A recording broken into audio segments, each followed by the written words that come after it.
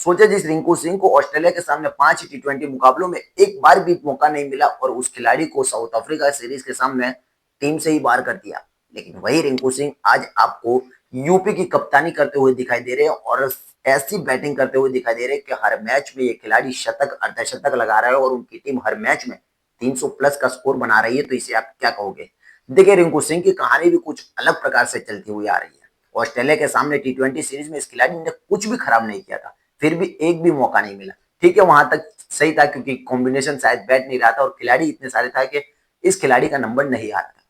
उसके बाद लगा कि साउथ अफ्रीका सीरीज में इसको शायद मौका मिलेगा और वहां पर इनको बैटिंग करने का जो मौका मिलेगा तो आने वाले जो टी20 वर्ल्ड कप है उसकी तैयारी ये खिलाड़ी करता हुआ नजर आएगा। लेकिन सबसे बड़ा सरप्राइज इस खिलाड़ी के लिए ये रहा कि टी20 सीरीज से इस खिलाड़ी को पूरी तरह से बाहर कर दिया, यानी कि टीम के अंदर ही नहीं चुना गया। और जब सवाल पूछा गया तो उसका जवाब किसी ने दिया ही नहीं कि क्यों इस खिलाड़ी को बाहर किया गया, क्योंकि टी20 सीरीज जो ऑस्ट्रेलिया के सामने हुई उसमें अगर वो खेलते उसमें परफॉर्मेंस खराब रहता तो बात अलग थी कि इस खिलाड़ी को बाहर किया। वहां 5 मुकाबले हो गए, एक मुकाबले में भी इस खिलाड़ी को जगह नहीं मिली। फिर साउथ अफ्रीका के सामने जब सीरीज में इस खिलाड़ी को नहीं लिया गया तो सभी ने यह मान लिया था और साथ में शायद रिंकू सिंह ने भी यह मान लिया था कि जो टी20 वर्ल्ड कप की टीम आएगी उसमें मैं नहीं होने वाला हूं। लेकिन सबसे बड़ा सरप्राइज तो इनका इंतजार कर रहा था, जहां पर साउथ अफ्रीका सीरीज के बाद में जब ऐलान हुआ टी20 टीम का, वहां पर अचानक से जब रिंकू सिंह का 15 खिलाड़ियों की लिस्ट में नाम आया तो शायद रिंकू सिंह ने भी नहीं सोचा होगा कि ऐसा हो भी सकता है। क्योंकि जब टी20 सीरीज ऑस्ट्रेलिया के सामने इनको जगह नहीं मिली और उसके बाद साउथ अफ्रीका के सामने तो इनको पार ही कर दिया, तो फिर सबको यही लग रहा था कि हो सकता है कि टी20 की जो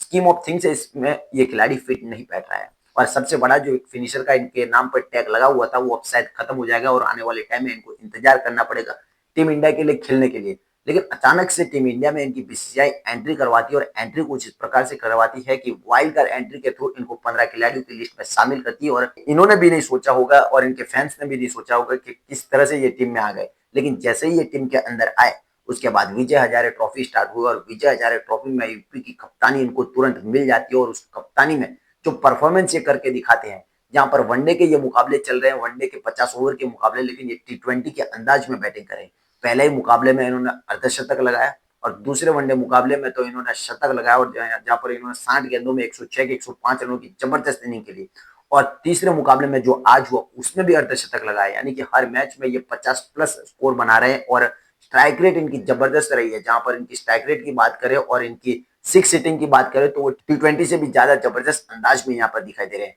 और टी20 वर्ल्ड कप जो स्टार्ट होने वाला है उसके पहले न्यूजीलैंड के सामने जो टी20 की सीरीज होने वाली है उसमें अगर इस खिलाड़ी को मौका नहीं मिलेगा तो थोड़ा अनफेयर होगा, क्योंकि जबरदस्त ये बैटिंग कर रहे हैं। लेकिन उसी के साथ एक और बात कहेंगे कि इनकी कप्तानी में टीम ने जो परफॉर्मेंस किया है, जिसमें 3 मुकाबले खेले गए हैं और तीनों ही मुकाबले में अपनी टीम को 300 प्लस का स्कोर इन्होंने कराया है। जहां पर एक मैच में 324 इनकी टीम ने बनाया, पहले मुकाबले में 367 बनाए थे और आज का जो मुकाबला हुआ उसमें 369 रन बनाए। इन्हीं के साथ में ध्रुव जुरैल भी जबरदस्त बैटिंग करते हुए नजर आए, जो हर मैच में शतक और अर्धशतक लगाते हुए नजर आए। यूपी के टीम ने जबरदस्त इस बार बैटिंग बॉलिंग की है, जहां पर इनकी कप्तानी में टीम ने 3 मुकाबले खेले और तीनों में जबरदस्त बैटिंग की, जहां पर 300 प्लस रन हर मैच में बनाए हैं, जहां पर 2 मुकाबले 350 प्लस के थे। और इसी के साथ में टी20 में जो इनको एक मौका मिला है, संजीवनी बूटी मिली है, उसको जबरदस्त तरीके से बुनाते हुए नजर आ रहे हैं। क्योंकि आने वाले टाइम में जो टी20 सीरीज न्यूजीलैंड के सामने होने वाली है उसमें भी इनका नाम है और उस मैच में उस सीरीज में ये अपना स्थान पाने के लिए और अपनी बैटिंग को पाने के लिए यहाँ पर जबरदस्त मेहनत करते हुए दिखाई दे रहे हैं, जहाँ टीम को तो जिता रहे हैं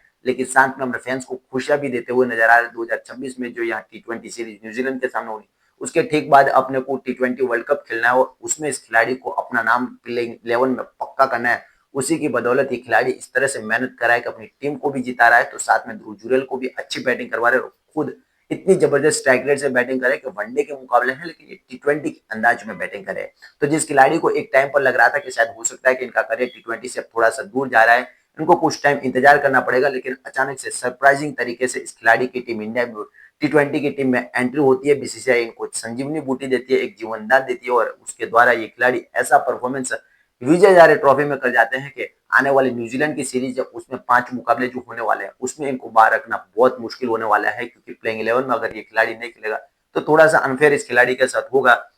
जहां पर ऑस्ट्रेलिया के सामने इनको आपने नहीं खिलाया, उसके बाद साउथ अफ्रीका के सामने इनको पूरी तरह से बाहर कर दिया और अब जो मौके मिले हैं इनको, अगर वहां पर भी नहीं खिलाओगे तो शायद हो सकता है कि इस खिलाड़ी को थोड़ा दुख लगे कि इतना अच्छा परफॉर्मेंस करने के बावजूद भी इनको प्लेइंग 11 में जगह नहीं मिल रही है। कुछ भी हो जाए इस खिलाड़ी को प्लेइंग 11 में रखना चाहिए और टी20 वर्ल्ड कप से पहले इनको कुछ मौके देने चाहिए यहाँ पर फिनिशर के लिए आपके जो जहाँ पर पिच इंडिया की होने वाली है वहां पर आपकी धीमी पिच रहती है, वहां पर आपको खेलना होता है और ऐसे मैच में ऐसे पिचेस पर अगर फंस जाएंगे कहीं पर अपने खिलाड़ी तो इस खिलाड़ी के लिए एक मौका बनेगा जहां पर अंत में आकर के हार्दिक पांड्या, शिवम दुबे भी होंगे, उनके साथ मिलकर के ये खिलाड़ी अच्छी पारियां खेल सकते हैं। तो देखने वाली बात होगी कि T20 की जो सीरीज होने वाली है न्यूजीलैंड के सामने 5 मैचों की, उसमें ये कैसा परफॉर्मेंस करते हैं और इस खिलाड़ी के लिए जो परफॉर्मेंस इन्होंने विजय हजारे ट्रॉफी में किया उसको कैसा बरकरार रख पाते हैं, वो भी एक देखने वाली बात होगी।